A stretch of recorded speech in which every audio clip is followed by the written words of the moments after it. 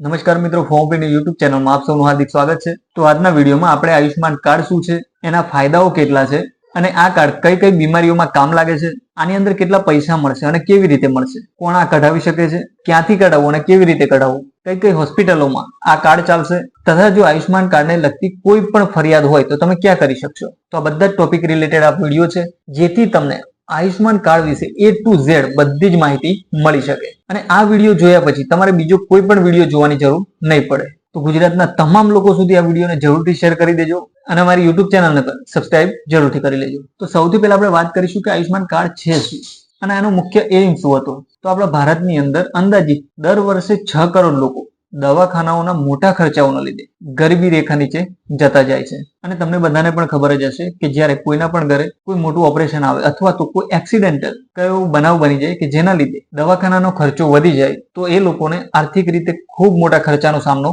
કરવો પડતો હોય છે અને જેથી ભારત સરકારે દુનિયાની સૌથી મોટી સરકારી હેલ્થ ઇન્સ્યોરન્સ સ્કીમ 23 સપ્ટેમ્બર 2018 ચાલુ કરી અને જેનું નામ આપવામાં આવ્યું આયુષ્માન ભારત PMJAY અને જેમાં જે પણ લોકો આયુષ્માન કાર્ડ ધરાવે છે એમને દર વર્ષે આપણે ગુજરાતની અંદર 10 લાખની સારવાર વિના મૂલ્યે મળશે। તો આ એક ખૂબ જ મોટી યોજના કહી શકાય અને આ યોજના હેઠળ અત્યાર સુધી ઘણા બધા લોકોએ લાભ પણ લીધો છે। હવે આપણે વાત કરીશું કે આયુષ્માન કાર્ડ કઢાવવાના ફાયદાઓ કેટલા છે। તો સૌથી પહેલો અને મોટો ફાયદો તો એ છે કે વાર્ષિક કુટુંબ દીઠ 10 લાખ રૂપિયાની કેશલેસ સારવાર મળે અને આ જે સારવાર છે કેશલેસ એટલે કે તમે હોસ્પિટલમાં દાખલ થશો ત્યારે તમારે એક પણ રૂપિયો આપવાનો રહેશે નહીં।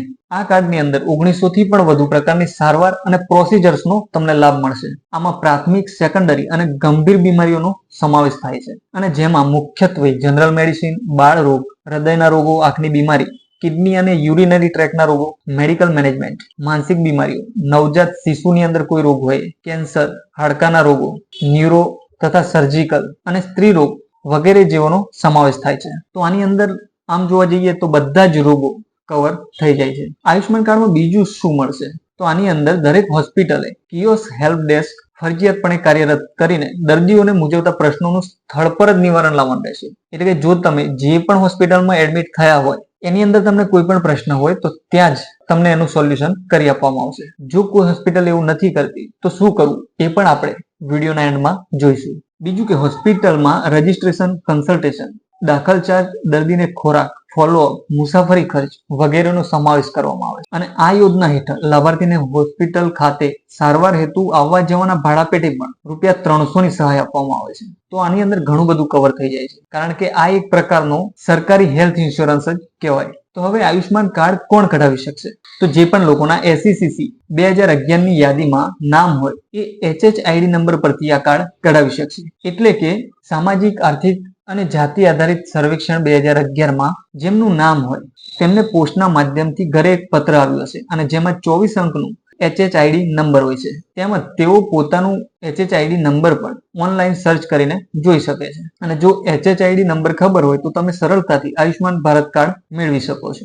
બીજું કે જે પણ લોકો હાલમાં 4 લાખથી ઓછી આવક ધરાવતા હોય એ બધા જ આયુષ્માન કાર્ડ કઢાવી શકશે અને આમાં આવકને ધ્યાનમાં લઈને કાર્ડ કાઢી આપવામાં આવે છે અને અધિકારી તેની ચકાસણી કરીને એપ્રૂવ કરે છે, જેમાં અંદાજે 15 દિવસનો સમય લાગી શકે। ચકાસણી કર્યા બાદ કાર્ડનો નંબર જનરેટ થાય છે અને કાર્ડ તમે પછી ઓનલાઈન પણ ડાઉનલોડ કરી શકશો। તો જે પણ લોકોએ નથી કઢાવ્યું એમણે જરૂરથી કઢાવી લેવું જોઈએ અને જો આવકના દાખલા પરથી આયુષ્માન કાર્ડની પ્રોસેસ જોઈએ તો તમારી પાસે આવકનો દાખલો હોવો જોઈએ જે 4 લાખથી ઓછી આવક હોવી જોઈએ। ત્યારબાદ રેશન કાર્ડ, આધાર કાર્ડ, મોબાઈલ નંબર આટલા બેઝિક ડોક્યુમેન્ટ જોઈશે અને જ્યારે પહેલી વાર તમે આયુષ્માન કાર્ડ કઢાવો છો ત્યારે તમારા કુટુંબના કોઈ એક જ સભ્ય માટે તમે એપ્લાય કરી શકશો અને તેમનું કાર્ડ એપ્રૂવ થાય પછી જ ઘરના અન્ય સભ્યનું કાર્ડ બની શકશે। હવે આયુષ્માન કાર્ડ કઢાવવું ક્યાંથી તો તમે જિલ્લા સરકારી હોસ્પિટલમાંથી કઢાવી શકો છો તથા સંલગ્ન ખાનગી હોસ્પિટલમાંથી કઢાવી શકો છો, કોમન સર્વિસ સેન્ટર એટલે CSC સેન્ટર પરથી કઢાવી શકો છો, ગ્રામ પંચાયત કચેરીના VC ઓપરેટર પાસેથી કઢાવી શકો છો અને નગરપાલિકા તથા મહાનગરપાલિકાની કચેરી પરથી પણ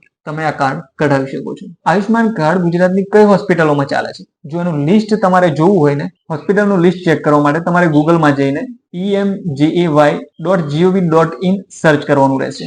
આ વેબસાઇટની લિંક પણ આપણા વિડીયોની ડિસ્ક્રિપ્શનમાં તમને મળી જશે। ત્યારબાદ અહીંયા તમે રાઈટ સાઈડ જોઈ શકો છો ફાઇન્ડ હોસ્પિટલ્સ, એના પર ક્લિક કરવાનું રહેશે। હવે અહીંયા ક્લિક કરશો એટલે તમારી સામે આ પ્રકારનું પેજ ઓપન થશે જેની અંદર અહીંયા આપણે સ્ટેટ સિલેક્ટ કરવાનું છે તો અહીંયા આપણે ગુજરાત સિલેક્ટ કરીશું। તમે તમારો ડિસ્ટ્રિક્ટ અહીંયા સિલેક્ટ કરી શકો છો, હું અત્યારે અમદાવાદ સિલેક્ટ કરીશ। ત્યારબાદ અહીંયા હોસ્પિટલ ટાઈપ પણ તમે પ્રાઇવેટ, પબ્લિક જે પણ સિલેક્ટ કરો એ પ્રમાણે અહીંયા લિસ્ટ ઓપન થશે.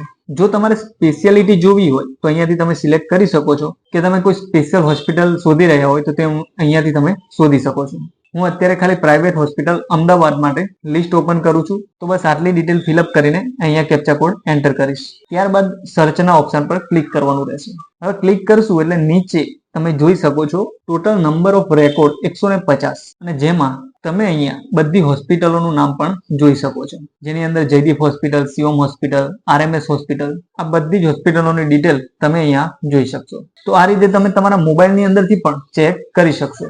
તો આ કોઈ પણ જિલ્લાની હોસ્પિટલ શોધવા માટેની સિમ્પલ પ્રોસેસ છે. તો આ રીતે તમે ચેક કરી શકશો અને આ ચેક કરવાની લિંક પણ તમને ડિસ્ક્રિપ્શનમાં મળી જશે. હવે જો તમારી પાસે આયુષ્માન કાર્ડ છે અને જે હોસ્પિટલો આની અંડરમાં આવતી હોય એ હોસ્પિટલ તમને જો સારવાર આપવાનું ના પાડે તો તમારે ફરિયાદ ક્યાં કરવી, અથવા આયુષ્માન કાર્ડને લગતો કોઈ પણ પ્રશ્ન હોય તો એની ફરિયાદ ક્યાં કરવી, તો એના માટે તમે 14555 નંબર ડાયલ કરી શકો છો, અથવા તો તમે જે આ વેબસાઇટ સ્ક્રીન ઉપર જુઓ છો એ વેબસાઇટ પર પણ કમ્પ્લેન કરી શકો છો. અને એના પર કમ્પ્લેન કરશો એટલે એ કમ્પ્લેનની તપાસ કરવામાં આવશે અને જો તમારી કમ્પ્લેન યોગ્ય હશે તો હોસ્પિટલ પર કાર્યવાહી કરવામાં આવશે. તો આપણે આયુષ્માન કાર્ડ વિશે સંપૂર્ણ ડિટેલ જોઈ. જો તમને આ માહિતી ગમી હોય તો વિડીયોને લાઈક કરજો અને તમારા મિત્રો સાથે પણ જરૂરથી શેર કરજો.